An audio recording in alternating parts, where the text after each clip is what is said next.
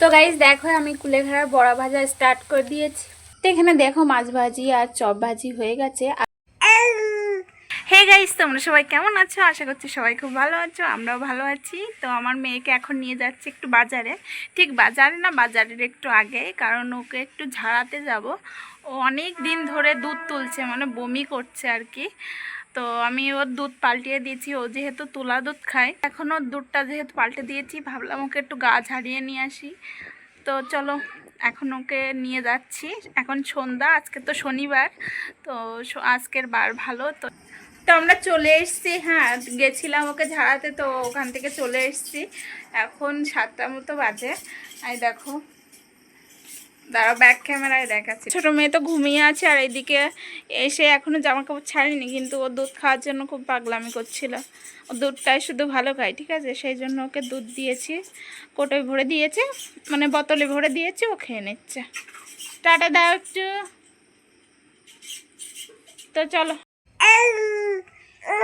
Hey everyone, welcome back to my channel. এই gold ফ্যামিলিতে তোমাদের সবাইকে জানাই আরো একবার স্বাগত।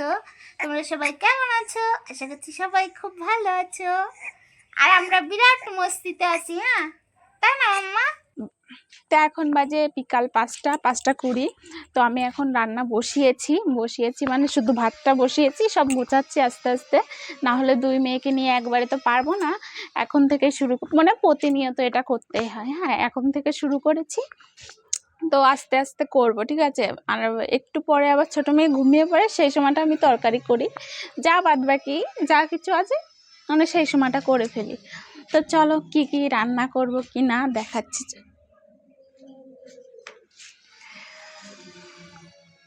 তো চলো কি কি রান্না করছি না করছি তোমাদের দেখাচ্ছি, ঠিক আছে, চলো। তো চলো তোমাদের ব্যাক ক্যামেরা করে দেখাই, ঠিক আছে। তো তোমাদের বললাম না আমি ভাত বসিয়েছি, এই দেখো ভাতটা উতলো এসে গেছে। হ্যাঁ, তো এখানে ভাত বসিয়েছি। এখানে না কুলেখাড়া আমি আগে থেকে ধুয়ে, মানে ওই যে বললাম না আস্তে আস্তে করে গুছাই, তারপরে মানে রান্না করতে থাকি যতক্ষণ শেষ হয় আর কি, যতক্ষণে। এখানে কুলেখাড়া ধুয়ে পরিষ্কার করে না কেটে রেখে দিচ্ছি, এগুলো চপ ভাজবো, ঠিক আছে। তো এখানে আমি 5 মিনিট আগে এটা করে রেখেছি। হ্যাঁ, এই যে কুলেখাড়াগুলো না এগুলো ভাজবো, মানে চপ বানাবো, তার জন্য ব্যাটার রেডি করে রেখেছি, শুধু চালের গুঁড়ো আর স্বাদ মতো নুন আর হলুদ, ঠিক আছে, আর কিছু দিইনি। তো এটুকু। আর এদিকে আছে, দাঁড়াও দেখাচ্ছি, আমি এখানে ঢেকে রেখেছি। জানো তো আমাদের এই ঘরটায় খুব মানে বিড়াল আসে।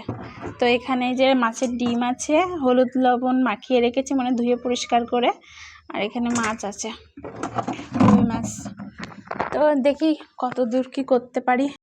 তো গাইস দেখো আমি কুলেখাড়ার বড়া ভাজা স্টার্ট করে দিয়েছি। আর আমার খুব না লঙ্কার চপ খেতে ইচ্ছা করছে, তাই একপাশে একটা লঙ্কার চপও দিয়ে নিয়েছি। এখনো দেখো অনেক রয়েছে, আর এইটুখানিতে জানো তো হবে না। আর এইদিকে আমার মেয়ে কি করছে দেখো। কি কি ও চপ ভাজা খায় না, ওর মুখে স্বাদ এসছে, তো আবার চাচ্ছে। আবার নিবা চপ ভাজা, নিবা চপ নিবা?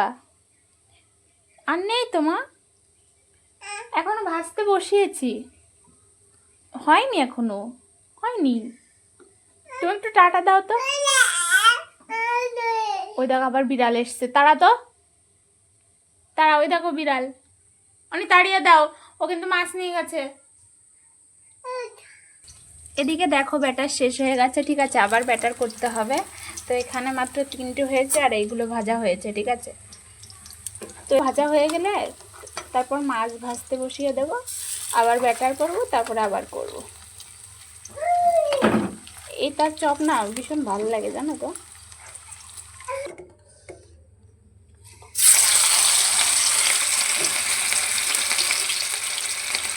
চপের ব্যাটার শেষ হয়ে গেছে, তো এখন মাছ ভাজতে বসিয়ে দিই, আর এই পাশে হলো আমি চপের ব্যাটারটা করে নেবো না, মানে হাত দিবা না কিন্তু, চপ কিন্তু গরম। দেখো মাছ ভাজি আর চপ ভাজি হয়ে গেছে, আর কিছু ব্যাটার বেঁচেছিল। হ্যাঁ, এই দেখো 2 কান না 3 কান হলো পেঁয়াজি বানিয়েছি, ঠিক আছে, পেঁয়াজ কেটে।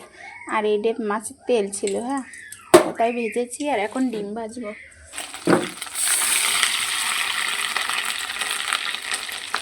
দেখো কেমন ফুটতেছে। হ্যাঁ, মাছের ডিমটা ভাজলে তরকারিটা রান্না করলে হয়ে যায়।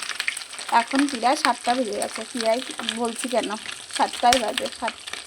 7টার গাড়ি এসছে, মানে ট্রেন এসছে এই মাত্র। তো চলো রান্না শেষে তোমাদের দেখাবো, ঠিক আছে। আর এখানে দেখো এই যে পেঁপে আলু কুটে রেখেছি। আর পেঁপে আলু দিয়ে রুই মাছ দিয়ে পাতলা ঝোল করবো।